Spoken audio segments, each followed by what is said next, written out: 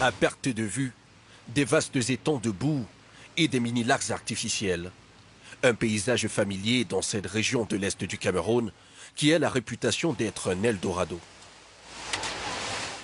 Dans cette mine à ciel ouvert, des centaines d'orpailleurs sans protection dans ces eaux souillées au mercure. Parmi eux, des dizaines d'enfants et de nombreuses fillettes, parfois âgées de moins de 5 ans. Le travail des enfants, illégal mais toléré ici, au vu et au su de tous. Cette partie du site exploitée par une société chinoise a été abandonnée aux riverains. Mais nous n'aurons pas l'autorisation d'y filmer plus longtemps ou d'interviewer les jeunes chercheurs d'or. Non loin de là, voici Ruth, une des jeunes orpailleuses de la région. Ce matin-là, l'adolescente de 14 ans ne se rend pas à l'école. Elle passe ses journées dans ce trou de 7 mètres de profondeur.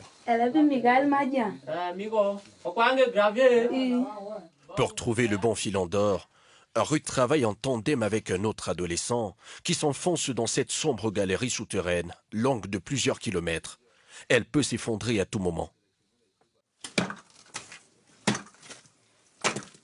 Un peu plus tard, l'adolescent ressort de là, son récipient rempli.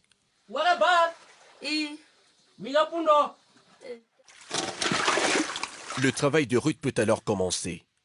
Des heures pour laver la terre et obtenir ce résidu d'or. La trouvaille du jour pour la jeune orpailleuse qui n'a jamais fréquenté une école. Je ne suis jamais allée à l'école parce que mes parents n'ont pas les moyens. C'est pourquoi je travaille l'or depuis toute petite, pour subvenir aux besoins de ma famille. Je suis consciente des dangers dans la mine, comme le gaz que j'inhale dans cette grotte, où il peut y avoir des éboulements de terrain à tout moment. Il y a aussi beaucoup de maladies comme la gale, la méningite et d'autres infections que je peux attraper dans cette eau sale. Mais je n'ai pas le choix. Un travail dangereux pour un salaire de misère. Quelques heures plus tard, Ruth vient vendre son résidu d'or au marché noir à l'un des nombreux négociants clandestins de la région. Avec sa balance électronique, il évalue le prix à payer à Ruth. Travailler avec des enfants ne gêne pas le trafiquant, bien au contraire. Le gramme normalement s'achète à 20 000, 18 000, 25 000, mais avec des enfants comme ça, bon, on les donne 10 000 pour le gramme. Les bichettes, on peut me les donner 1000 francs, 1500. Ça dépend parce qu'eux, ils ne sont pas en position de force. Nous, on préfère fonctionner comme ça, dans des endroits un peu cachés parce qu'on ne peut pas s'exposer. Plus la loi, le gouvernement interdit aux enfants de faire ce travail-là.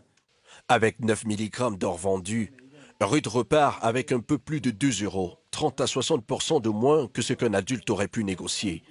Une somme dérisoire qu'elle ramène à ses parents à la nuit tombée. Les parents de Ruth sont eux-mêmes d'anciens orpailleurs. Ici, les enfants sont obligés de remplacer leurs parents dans les mines. Avec ce que gagne Ruth, sa famille peut survivre, même si son père est conscient des risques. Les cas de blessures, n'en parlons pas du paludisme chaque jour dans l'eau. Beaucoup de cas, beaucoup de risques là-bas. Rester au village, tu ne peux rien trouver. À travers l'autre, qu'elle se bat toujours. La maman a eu à faire. Moi aussi, j'ai eu à travailler les mines. Maintenant, c'est la fatigue, tout simplement, et la vieillesse. À Batouri, 90% des enfants, dont une moitié des filles, travaillent dans les mines selon l'ONG à laquelle appartiennent ces deux hommes.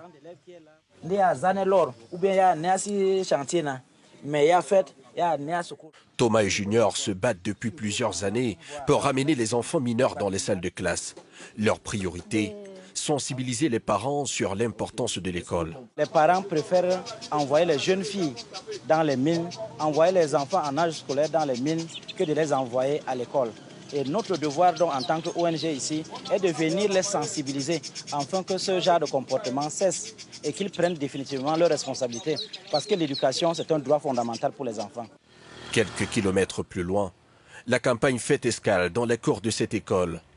Ici, la pédagogie passe par une scène de théâtre jouée par les écoliers devant leurs parents. On peut faire quoi là-bas? On peut travailler dans les mines. Non, on n'est pas plus là-bas parce que là-bas, travailler dans le sel, il y a beaucoup de maladies. C'est cet homme qui a initié ce spectacle.